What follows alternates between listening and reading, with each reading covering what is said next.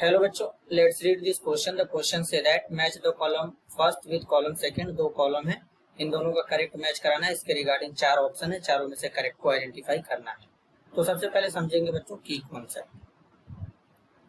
की कॉन्सेप्ट क्या होगा बच्चों? यहाँ पर की कॉन्सेप्ट होगा कैरियस मेथड। अब कैरियस मेथड क्या होता है बच्चों, जरा ध्यान से समझेंगे। कैरियस मेथड में जो हैलोजन कंटेनिंग ऑर्गेनिक कंपाउंड होते हैं उनको हीट करते हैं फ्यूमिंग नाइट्रिक एसिड के साथ में सिल्वर नाइट्रेट के प्रेजेंस में। तो इस प्रोसेस को कैरियस मेथड कहते हैं। अब जैसे बच्चों सल्फर का परसेंटेज कैलकुलेट करना है, परसेंटेज ऑफ सल्फर, तो कौन सा फॉर्मूला अप्लाई करेंगे? इनमें से जो यहाँ पे गिवन है, तो सल्फर का मास 32 होता है इंटू M1, फिर यहाँ पे 100 से मल्टीप्लाई करते हैं बच्चों, 233 हो जाएगा इंटू M। इस फॉर्मूले से सल्फर का परसेंटेज कैलकुलेट कर सकते हैं। अगर फास्फोरस का परसेंटेज कैलकुलेट करना रहे, percentage of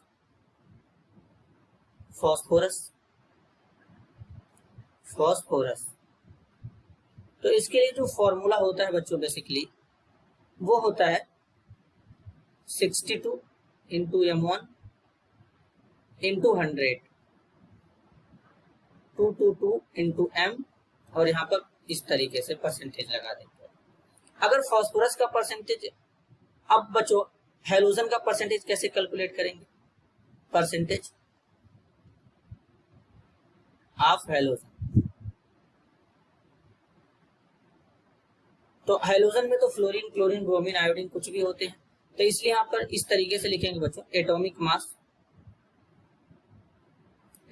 mass of halogen, फिर इंटू, यहाँ पर ये X का मतलब है बच्चों हैलोजन, फिर इंटू M1 इंटू 100। यहाँ पर ये जो X है, इस X का मतलब होता है halogen.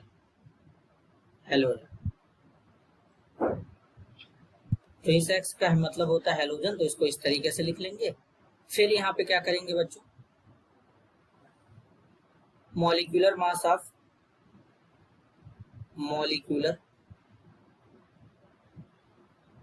Of AgX, silver halide का मॉलिक्यूलर मास लिखेंगे, फिर इंटू M, फिर यहाँ पे मास लिखेंगे। इस फॉर्मूले से यहाँ पे कैलकुलेट कर सकते हैं। अब अगर बच्चों हम बात करें कि परसेंटेज ऑफ नाइट्रोजन कैसे कैलकुलेट करेंगे, percentage of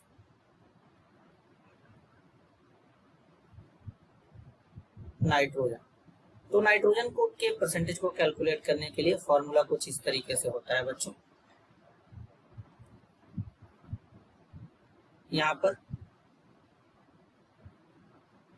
1.4 into M into 2 V minus V1, इसको 2 से डिवाइड करेंगे, इस तरीके से M हो जाएगा। इस फॉर्मूले से नाइट्रोजन का परसेंटेज कैलकुलेट कर सकते हैं। तो बेसिकली अगर हम इनका करेक्ट ऑर्डर बनाएं तो किस तरीके से बनेगा बच्चों? A का T होगा, B का S होगा, C का Q होगा और D का R होगा। इस तरीके का ऑर्डर कहाँ से हो रहा है बच्चों? तो बेसिकली अगर हम देखें तो A का T, B का S, C का Q, D का R होगा बच्चों। और इसके बाद जो E है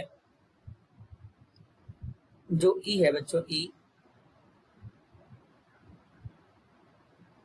E का मैच हो जाएगा P के साथ। तो A का T, B का S, C का Q, D का R, E का P, इस तरीके का ऑर्डर कहां से हो रहा है? ऑप्शन 2 में। तो इस क्वेश्चन के लिए करेक्ट आंसर क्या होगा? Option 2। This is your answer. I hope you understood it well. All the best.